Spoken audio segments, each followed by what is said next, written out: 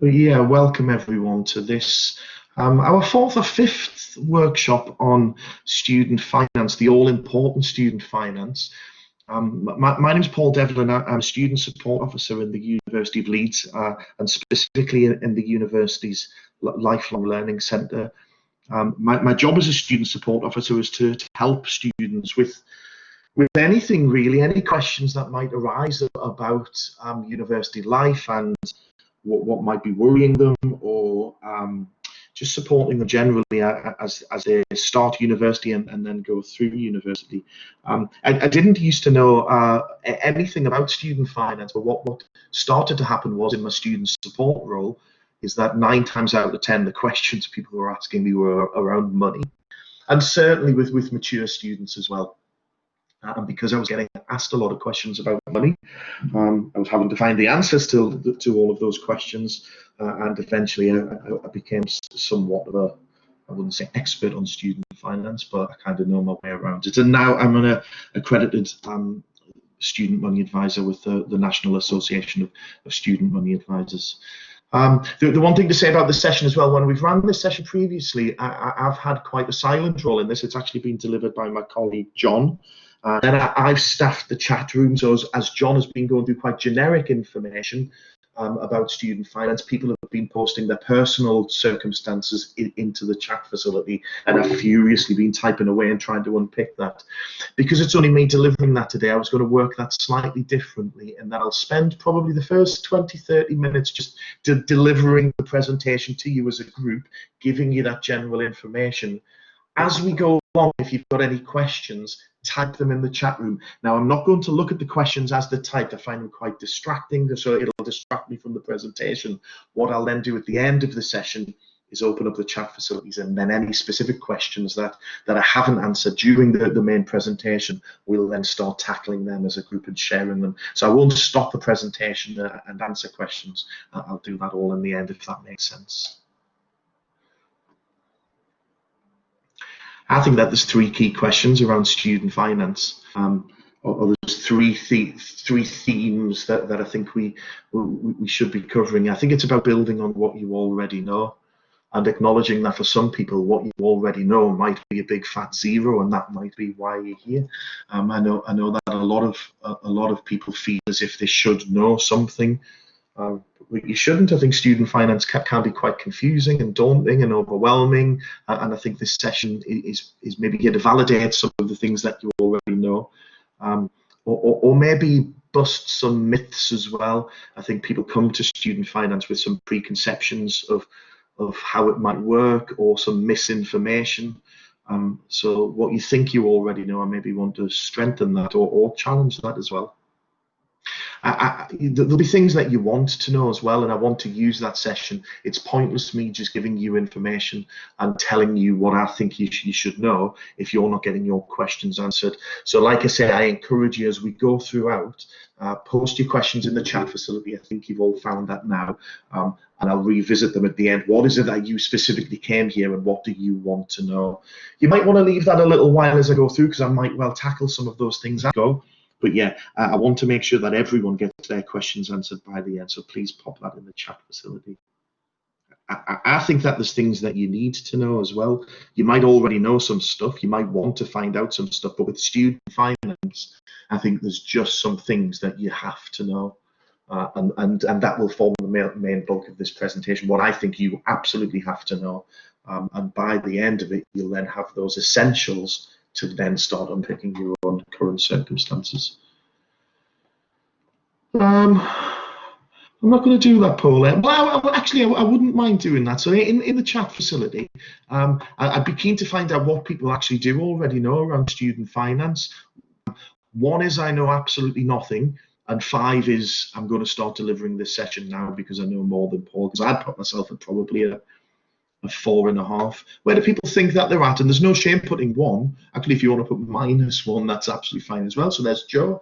I've got like a good idea. I think I know what I'm doing. I just want to find out some specifics, or just get to grips with what I already know. There's Jane saying, actually, I know that there's a student finance thing, but blimey, that's about the extent of my knowledge. Daniel's around it too. he's been working with us for a while, he gets to like to listen in, and so knows the student finance and knows roughly. Fine. What that's telling me though is that none of you are 5. So everyone in the session hopefully should get something out of this. I think 4 things that we absolutely need to know that we'll cover. I can't know more than Daniel. I must be lower. No, as I say, it's a Flavia. You're in with 4. I'm going to hand over you at various points to deliver this session. I'm only joking, of course. What does it cost to go to university? I think you absolutely know that. I need to know that. How are you going to pay for it? How are you going to pay to go to university? For me, is the crucial question, because it costs money to go to university. So how are you going to pay it? How much? How much money am I going to get, both for my fees, but especially how much money will I get to live on? And actually, where do I start? Where do I even begin when it comes to student finance? Those are the things that I think you need to know. So what do we need to know? The things that we need to think about are your tuition fees. It says there that the tuition fees are variable and not the same at every university. I kind of agree with that. I mean, we all fondly remember the Conservative and Liberal Democrat coalition government who decided to increase tuition fees to a maximum of £9,250 per year. And I think when that first started, different universities were charging different amounts, where what would be perceived as an excellent university would charge the maximum amount, and maybe some other providers would charge a minimum. I think most universities now are charging the maximum, which would be £9,250. They can be variable, and they're maybe not the same at every university. I know some colleges who run degree programs that they may have lower tuition fees, but we need to think about how we pay our tuition fees. We need to think about the costs associated just with directly with studying before we even think about what am I going to live on. And your study costs, I think, can be variable. So a student maybe on an English literature degree probably has to buy a lot of books. A student on a geological sciences degree is probably having to buy a lot of lab equipment, field trips. Peggy, did you want to come in there?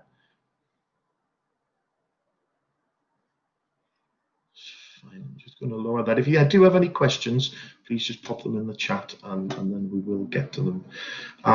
So yeah, depending on kind of the course that you choose, you're going to have to spend more money. Are you going to buy or borrow books? Have you got your own laptop? Do you need to purchase a laptop? Can you use other IT? These are all considerations that we need to take into account. Actually, your personal circumstances are going to be very different as well. I don't have children, so I don't have to think around childcare or caring arrangements at all. Some students have disabilities as well, or medical conditions or mental health conditions, which mean that they have extra support needs. So, for example, they're not able to use public transport, so may need to use a taxi. We have to build all these into thinking around what it's going to cost us to go to university. And then there's the money to live on. How are we going to pay the rent, the mortgage? Are you going to own a car? Are you going to use public transport? And the key thing to mention there is that any money that you do get from student finance to live on, your lifestyle has to fit the amount of money that you get. I quite often get asked the question, well, I have a car, so do I get more student finance? Or I live further away from the university than other students, do I get additional money? And the answer is no. I'll talk about how you assess for how much money you'll get later, but your lifestyle needs to fit the money you get. So if you want to run an expensive car instead of getting the bus, then that is your choice. And if you like eating out at restaurants 5 times a week, then yeah, you're maybe going to have to cut your cloth a little bit on that. But they're the 3 main things. I think how are we paying to go to university, is what are the associated costs, and what money have I got to live on.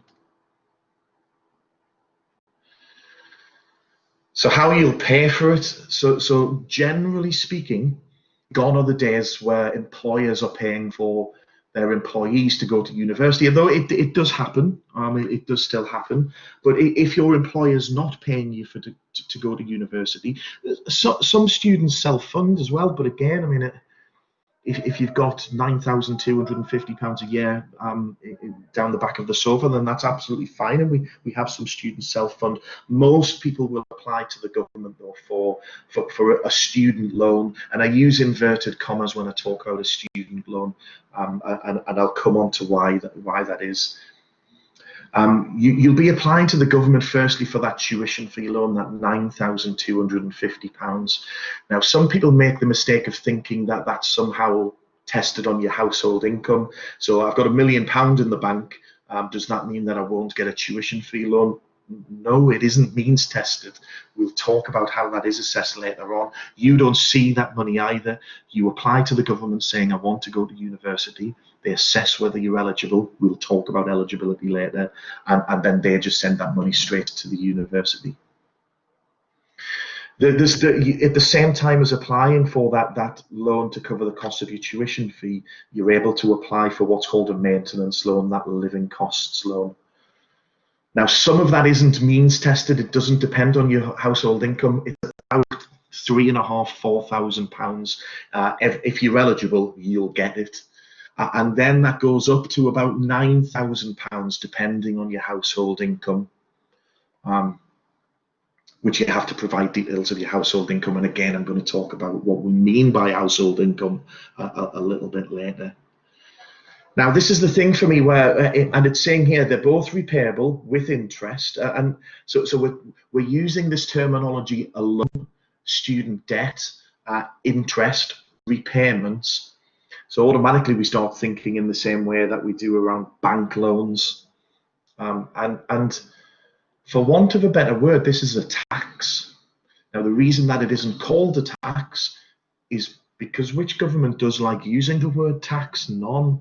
But this works like a tax. So I haven't been to university. I may know my way around student finance, but I haven't been to university. So as things stand, I don't pay anything. You're planning to go to university, and once you graduate, you will then start paying that graduate tax, that university tax. You only start paying that back once you earn over £26,000. And it just comes off your pay slip, very much in the same way as tax, national insurance. If you work, you'll then have a new line which says student loan, and only when you start earning over £26,000. If you never earn £26,000, you'll never pay your student loan back. If your wages dip because of ill health or you get made redundant, you stop paying your student loan back. The more you earn over £26,000, the more you pay it back. Think about it like national insurance contributions. So if you were to ask me now, how much national insurance have I paid in the last 2 years to the nearest £100? I haven't got a clue. I trust the system in that it's deducting it from my wages, and the more that I earn, the more that I pay in national insurance contributions. And if I stop earning less than £10,000, I stop paying national insurance contributions. This is exactly the same. Just the threshold there is £26,000. After 30 years, if you haven't repaid your student finance, the debt is wiped. And because it's a tax and not technically a debt, it doesn't go like on credit files or credit scores or things like that as well. So if we think about it in the same way that we think about income tax and national insurance, the guy off the television, what's his name, Martin Lewis, the money saving expert guy, he's been chipping on about this for years, really, where he's saying we need to call this a graduate contribution or a graduate tax. I haven't been, I don't pay. You go, you pay. I suspect that will probably happen, certainly within the next year, 2 years, that we'll move away from this terminology of loan, because I think it puts people off going to university. This isn't a debt. That's not to say that that's the only money available. So I gave some thresholds there of how much you would have to live on. The basic amount of about £4,500, then up to £9,000, depending on your household income. It's not to say that there isn't additional money available. So if we have any students that have a disability. And when I use the word disability, I use that interchangeably, actually, and be wary of this when you go to university. When we talk about disability within the higher education sector, I think we do people a disservice, because what we mean is disability, long-term medical condition, mental health, and things like specific learning differences like dyslexia, dyspraxia. So students can quite often look at disability and think, well, because I don't have a physical disability or a seen disability, this doesn't apply to me, and it absolutely does. You can also apply at the same time as applying for that tuition fee and maintenance loan for disability support. It isn't means tested, you don't repay it, but again, you don't get the money. What it's there to do is pay for any study costs. So, for example, if you do need different transportation, or if you need a note taker in your class, or specialist software and things like that, it's paid directly to the provider. But that additional support's available, and actually, that I think it's up to about £21,000 of additional support as well. So it's not a small amount. And then, depending on whether you're a parent or not, now this is probably only relevant to those people that are thinking about studying full time. I think everything I've talked about up until this point, you would be able to apply for as a part-time student. Tuition fee, maintenance loan, this disability support is there. Now, for full-time students as well, there's a thing called parents' learning allowance. So depending on your household income, you could get an additional 1,500 quid. And again, depending on your household income, you can have up to 85% of your childcare costs covered as well. That will be paid directly to the childcare provider. So actually, when we're thinking about it in those terms, if, for example, you were a single person living on your own with a child, you're looking at about £11,000 a year, plus potentially 85% of your childcare costs paid for, which actually makes going to university a doable proposition, actually. Part-time students, like, as I say, currently, that childcare element isn't allowed. A lot of the courses that we run at the University of Leeds and the Lifelong Learning Centre, though, are designed to enable part-time students to build in things like work and childcare. So we do things that are maybe only 2 or 3 hours a week as well, because we're mindful if we just ran lots of part-time courses that were scattered throughout the days of the week, then people wouldn't be able to manage work or the caring responsibilities. But yeah, that additional money there would just be for full-time students. I mean, everyone in this room, I'm guessing, and you'll all be at various different stages. So some people will be very much thinking about going to university maybe this September or next September. Some people might be at the very beginning of that journey and just wanting to find out a little bit more here about how student finance works, and they may go to university one day. It's just for information. The one key tip that I would do is that you really need to do your research on individual universities and what pots of free money those universities have, because most will, and they differ to each other. So the information I've given you so far is around what the government support is, but universities might have just different pots of money for different purposes. So, for example, University of Leeds has a thing called Leeds Financial Support. It's a bursary, it's a grant-free money, you don't have to pay it back. It can be up to about £3,000 a year, every year for your studies.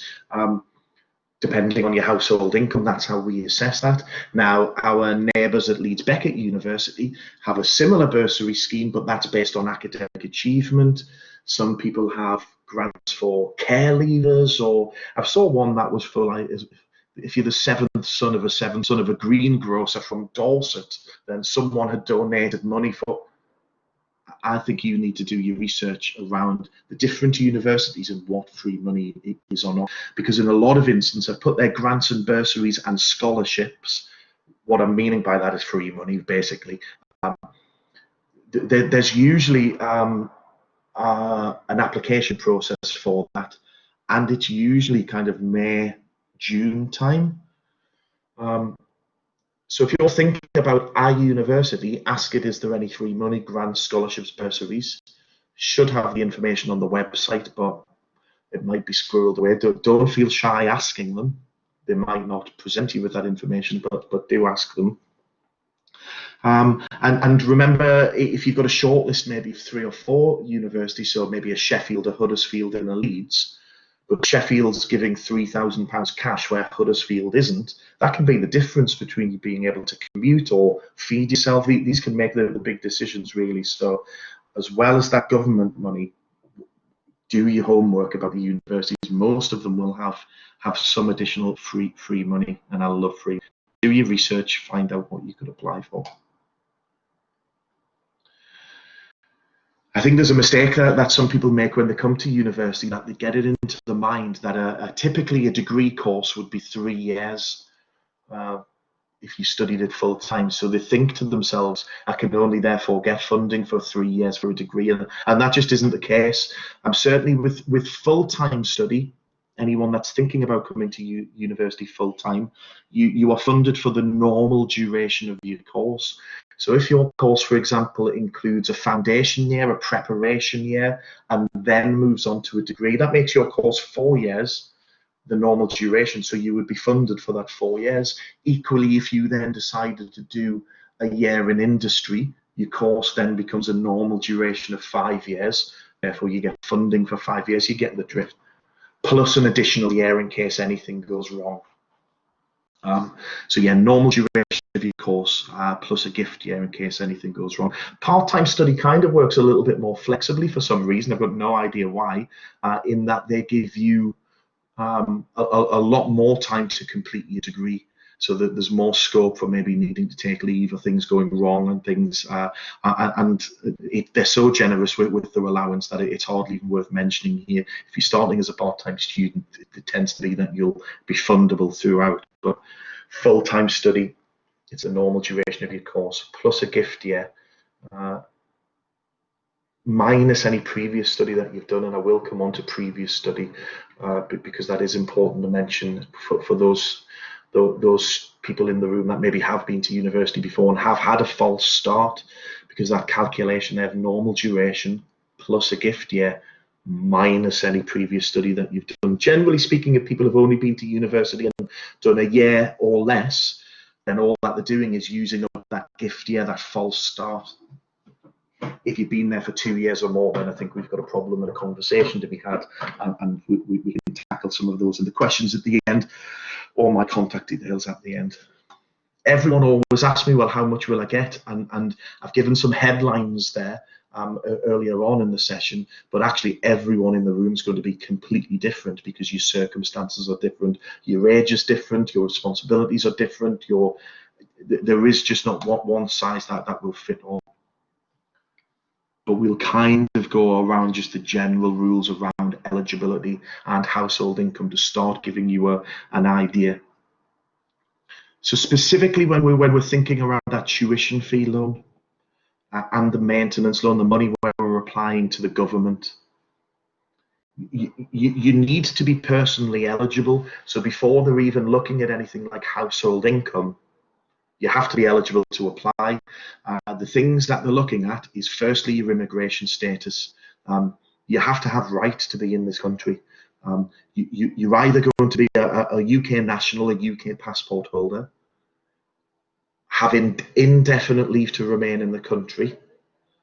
So be able to demonstrate that with an indefinite to remain stamp in your passport, or biometric residence permit, which states indefinite leave to remain.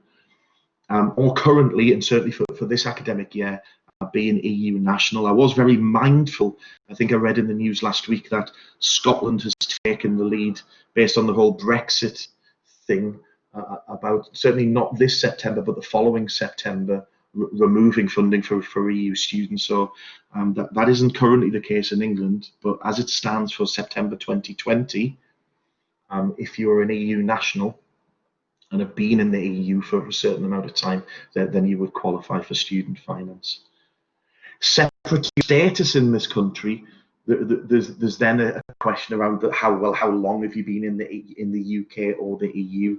Now, generally speaking, if you're a UK national or have indefinite leave to remain in the country, you have to have been here for 3 years immediately before starting your course.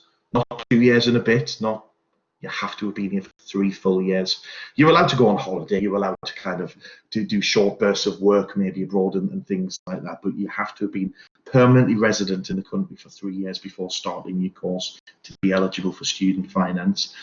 If you're an EU national, to get a tuition fee, you have to have been in the EU for 3 years. To get help with living costs, you have to have been in the UK for 5 years. Now that contrasts with what's on the slide there. The slide is incorrect. If you're an EU national, you have to have lived in the EU for 3 years to get a tuition fee, 5 years in the UK to get a maintenance loan. Just wanted to be a bit clear on that, as I said, because the information on that slide is incorrect. I talked about on the last slide as well about how if you've been to university before, had a false start, that can impact. Generally, remember, if it's a year or less, tend to be fine. If it's more than that, we've got a potential problem, and I think you should be reaching out. I think regardless, just kind of reach out and have a chat with us, and we're more than happy to unpick that. How much will I get? I bandied around the words household income. What do we mean by household income? Student finance and the government are discriminating here on the basis of age. They're breaching the Age Discrimination Act, and they know it. It's one of the few areas of government where they are allowed to do it. So depending on your age, depends on how much money you're going to get. So when you apply for student finance, remember that your tuition fee isn't dependent on household income. Hi Fatwa, I think you've just joined us in the session. Welcome. If you have missed anything, then we will be sending around the link to the video recording of this. Welcome. So what counts as your household income? Well, we don't have to think about household income when we think about the tuition fee. We just have to be eligible. We talked about eligibility in that last slide around immigration and residency and the like. But the living cost money, it is assessed on household income. So if you are, it firstly depends on whether you're under the age of 25 or over the age of 25. I'll tackle actually the over 59. I haven't asked people's age in this session. If you're over the age of 59 when you start the course, you will always just get the lower amount of maintenance. You won't then be eligible for that means tested higher amount. You'll always just get the lower amount. I think the reason that they do that is that they acknowledge that most people who are over the age of 59 probably won't repay the student loan the way it works over income and having to earn certain amounts. So they do still enable you to apply for the tuition fee and the lower amount of maintenance, but for the purposes of trying to balance the books. Question, that's a good question. What if you hit 59? That's a really good question. And nothing, you would be fine. The way that student finance works, if you are eligible at the if you are eligible or ineligible at the start of the course, you remain eligible or ineligible throughout the course. So if you are under 59 when you start the course, you will continue to receive student finance. Whereas if you're over 59, you won't. And even if you then change your age throughout, if you have a birthday at a separate date of the course, you would still be fundable. I'm going to touch on the other stuff now because someone was asking me, well, what about the 25s and over? So let's be clear on the 25 stuff. So if you are under the age of 25, you are classed as being dependent on your parent or parents, whether you live with them or not. So when student finance decide how much money you'll get, they will ask for your parent or parents' household income, whether you live with them or not, and their income will dictate how much student finance you get. There's some exceptions to that though, because that seems reasonably unfair. It's fine if you're 18, I guess, but if you're 24 and are married and have your own kids and have lived out of the parental home for a number of years, seems largely unfair, and they have built stuff in around that. So if you are under the age of 25, but are married or have been divorced, they'll class you as independent of your parent or parents. If you have a child, you'll be classed as being independent of your parent. If you can prove 36 months, 3 years, 36 months, any 36 months worth of financial independence. So if you're saying, well, I've been working for the last 4 years and can evidence that, and I've been financially independent, they'll accept that as well. If you are irreconcilably estranged from your parents, and I don't just mean like, oh, we only speak to each other once a year. I mean, you're never talking to them again. There's police involvement, social services, that kind of stuff. So if you're under the age of 25, parent income, unless you can prove that you're independent.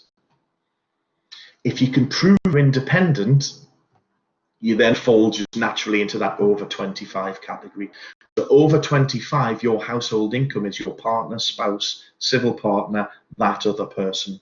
So any of you that are married, you have permission to go home and, well, once we finish this section, and just tell people, yeah, we're getting a divorce because you need to leave so that I get more student finance. No, don't really. We don't want any divorce. Although that might be the thing that you've been waiting for, a bit of student finance. Oddly enough, I'm joking there. In my student support role, I often, because I'm doing a lot of pastoral support with people, I have supported people through divorce who've been very upset.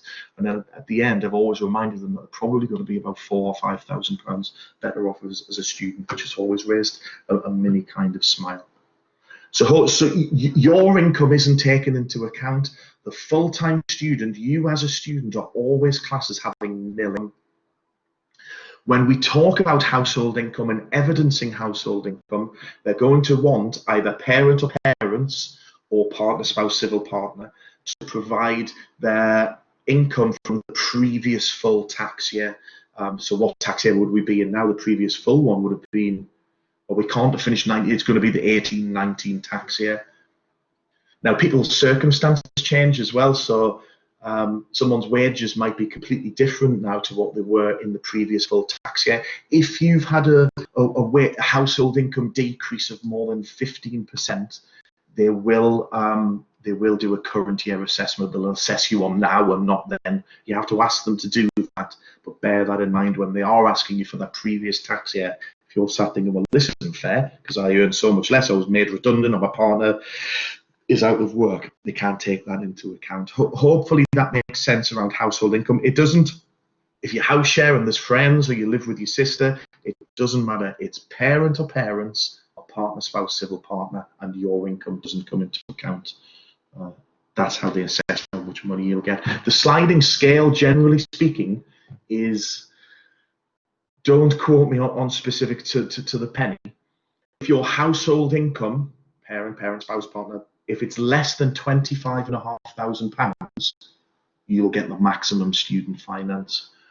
And then it's a sliding scale up to about, don't quote me, £42,500. If your household income's above £42,500, you get the minimum student finance, and then a sliding scale in between.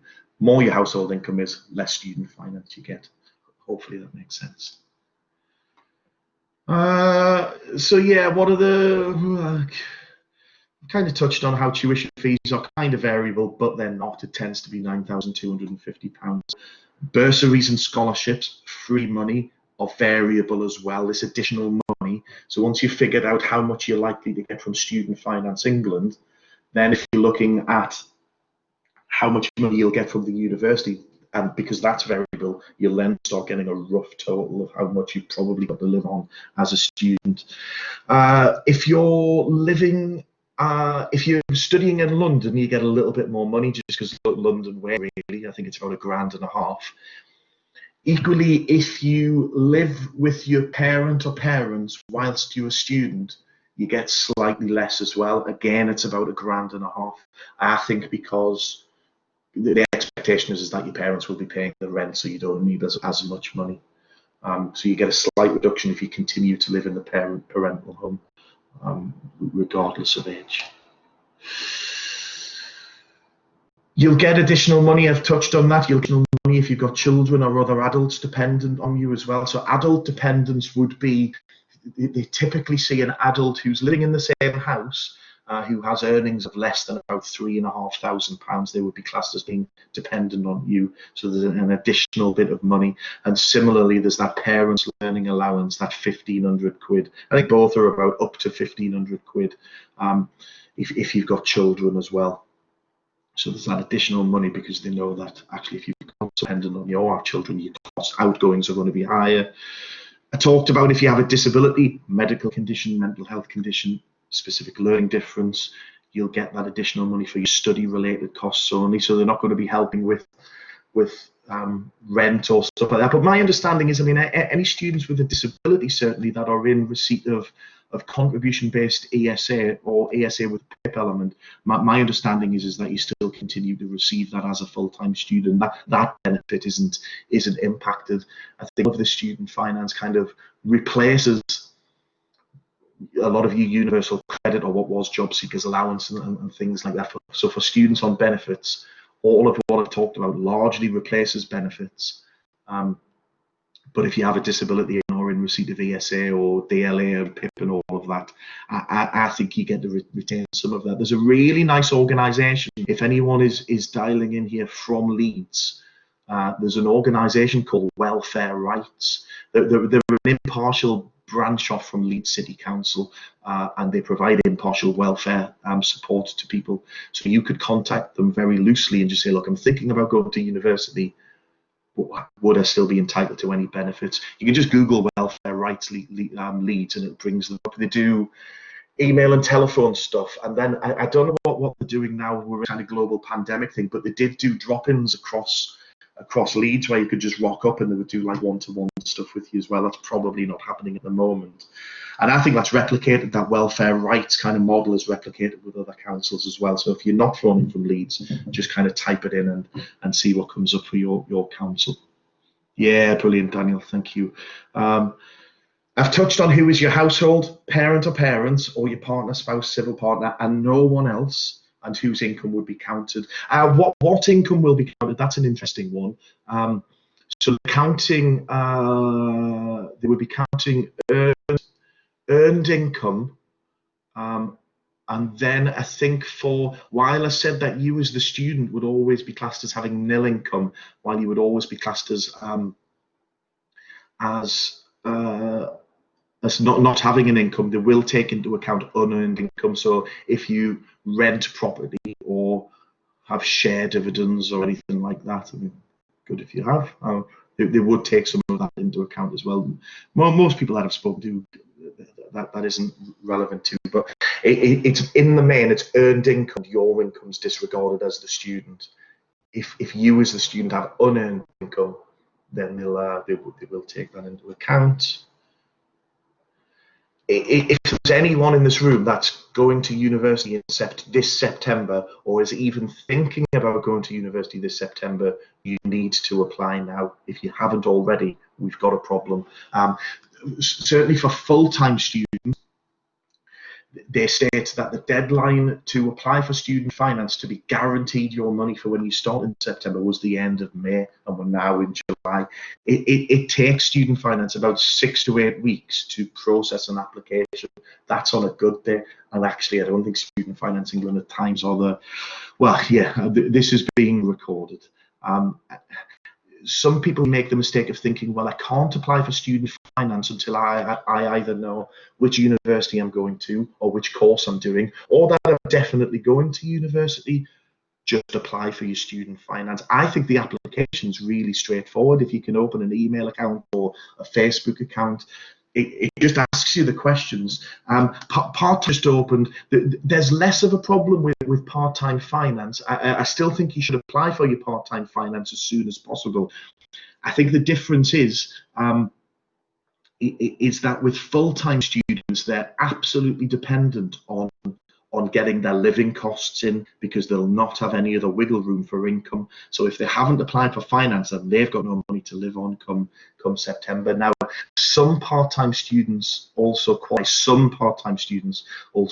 for help with living costs, but generally speaking, they might be working or still engaging with the benefit system, so it's less imperative. But in both instances, You need to apply for your tuition fee. When you start university, the university wants to know, how are you paying us? And if you haven't applied for your student finance, then the university aren't going to let you register. Now, you can apply for student finance now and put your first choice university, first choice course, and just let them assess you. It takes about 2 minutes to log online and change the course and change the university. It takes 2 minutes online to cancel the application. They're not signing you up in blood. They use big terminology like you're signing into a contract. You can cancel that at any time. It isn't a contract. You can cancel it any time between now and starting university. Just apply now. Is working tax and child tax? It isn't counted, Jay. It isn't. They're only taking into account taxable benefits, and their non-taxable benefits is my understanding. So we have students that do retain that. The only thing to say with your child tax credits is you can't claim, as a full-time student, you can't claim a childcare grant from Student Finance England. It's one or the other. So we have some students where the kids are like 12 or 13 or 14, or they've got a good family support network that can provide some informal childcare. So actually they're better off keeping their child tax credits. Well, we've got some students where the kids just need to be in nursery all the time, and or need a lot of paid for registered childcare, and actually they find themselves applying for the Student Finance England childcare. So when you're saying you don't get there, it's one or the other. You can't apply for, if you have children, you cannot apply for student finance childcare grant and keep child tax credits, or the child element of your tax credit. It's one or the other. So some of the work you'll have to do is decide which one would I be better off applying for, because the childcare grant will only pay for Ofsted approved childcare. It's not going to be paying just informal childcare providers. So depending on the age of your children, what the kind of needs are, you might be better keeping off your child tax credits than you are your childcare grant. It's quite niche that. I'm happy just to have separate kind of chat. Fine. So if your children are older there, then they might need as much childcare. So when you don't need any childcare at all, so you wouldn't be applying for a childcare grant. You'd be keeping your child tax credits. Hopefully that kind of answers that. Apply. The only way to know how much you're going to get is to apply now, 6 to 8 weeks on a good day. On a bad day, if you apply, and they need more additional information, so they ask you for a birth certificate, for example, it takes them 7 to 11 days to scan that, and then 30 working days to process it. If they then need an additional bit of information, 7 to 11 working days, 30 working days to process. Blimey, we were into next February before they've got round to assessing you. Just apply now. There's a calculator online as well. You can, if you just wanted a ballpark finger in the air, how much might I get, then you can use that student finance calculator, and it will give you a rough idea of what you'll get. But I think the best way is just to apply online. It's open for applications now.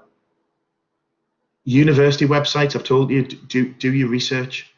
Get onto the websites, find out what free money they've got. If you can't find it, phone them.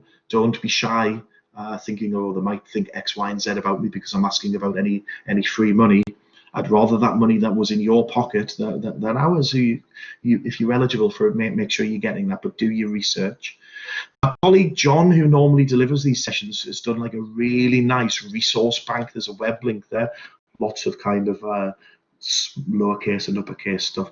Refer back to this on the video that we'll send out a link to that at a later stage. Loads of resources on there. So stuff the stuff that I've talked about here and I've given a general overview on, he's going into a little more detail about that. So please do have a look at that. There's a caveat, I think, as well for me, in that the information that I've given you today relates to students starting university this September, and that won't be everyone in this room. What generally happens is that if it's fine for this year, if that's the rules for this year, then because of the way Parliament works and government and the whole regulations work, all of these regulations have to get laid before Parliament. So generally speaking, they have to be laid before Parliament now for next year. So generally speaking, this is information for this September and probably next September. Firstly, to say after that point, who knows? The other thing to say is I don't know what's happening in the world tomorrow, let alone next September.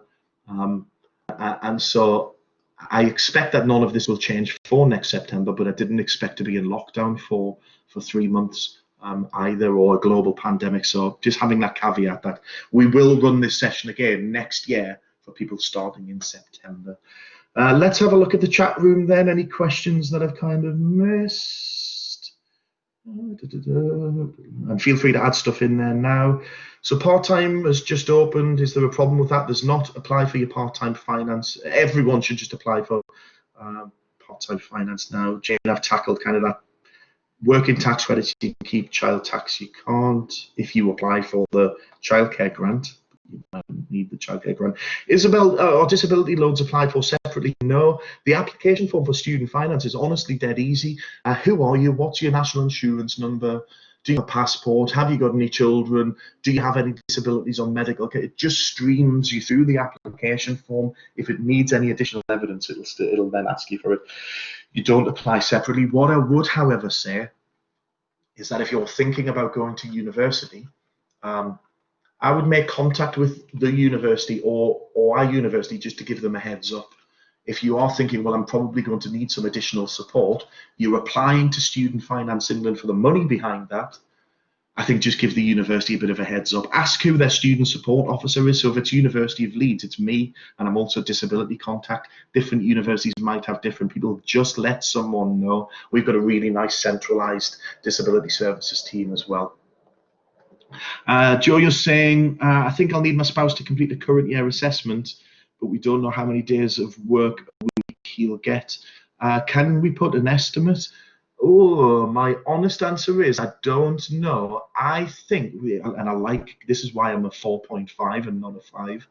I want to say, and email me after this, I want to say that they'll want evidence of 3 months pay slips, or at least one pay slip from this year, showing the wage that you're on. And then at the end of the year, they're going to want evidence of the earnings for the year. And then if there's a disparity, then they might claw back an overpayment. Is how I think they'll do it. I'm almost 99% sure that that's what will happen. They'll want evidence of what the current wage is, the forecast wage, and at the end of the year, they'll want the P60. They'll want to see what the actual earnings were and go from there. Don't quote me on that. I'm happy to find that out. If you send me an email, I'll get a more definitive answer on that. Any other questions, thoughts? I mean, and it isn't a. It is, yeah. So someone's asking, is this recorded? There's this. We've done this session a few times. So there's different variants. It's largely the same slides. John's delivered the previous one. I'm doing this one. So it depends on whether you like a Newcastle accent or not, which one you want to watch. But yeah, we'll send out a follow-up email. Daniel or one of the team will include links to that resource bank, which I think is really useful. If you just Google Lifelong Learning Centre, University of Leeds, YouTube, it brings up the channel. There's stuff on. We've done loads of sessions and Instagram stuff. We've done, I think we're doing one in the coming weeks around being a parent at university. We've done one on studying as a mature student. So there's already videos up there. Let me pop my contact details. So generally, if you've just got a general inquiry, our email address is lifelonglearning@leeds.ac.uk. If anyone wants to email me, my email address is my name, so it's p.devlin@leeds.ac.uk. Again, a caveat on emails. I get a substantial amount of emails on the best of times, let alone when we're in the middle of a global pandemic and lockdown. Emails tends to be how most people are contacting me. So I've put an out of office response on there saying, look, I'm trying to get back to people within two days. If you do get a delay, it's just because everyone is emailing me, and things take a little bit longer with new students coming in as well. I think when I've got previous students, obviously there's an assumed level of knowledge, but it takes a while with you to kind of maybe unpick things and find out about your circumstances. So yeah, everything's just taking me a little bit longer, not least having to work from home as well. But please do email me. I'm more than happy. Fine. And so yeah, if there's if there's not anything else, Daniel, do you want to kind of chip in with anything else, anything that people need to know or do, or? There's not really that much else to add. So as Paul said, we will send you the email with an access to the recording and with the resource bank that Paul has mentioned. So that includes all the links that were in the presentation and more information. So that will be sent out to all of you. There's nothing else you have to do. You've got Paul's email address in the chat, but we will include general information as well. For example, on how to book a guidance appointment going forward, for those of you who haven't had a guidance appointment already. The email will include a short form with a feedback questionnaire as well. It only takes 1 or 2 minutes to fill it out, so if you could, that would be really appreciated. It really helps us to know how we can make these events better for everybody. But otherwise, that's it from us. Paul, do you want to stop the recording? And then we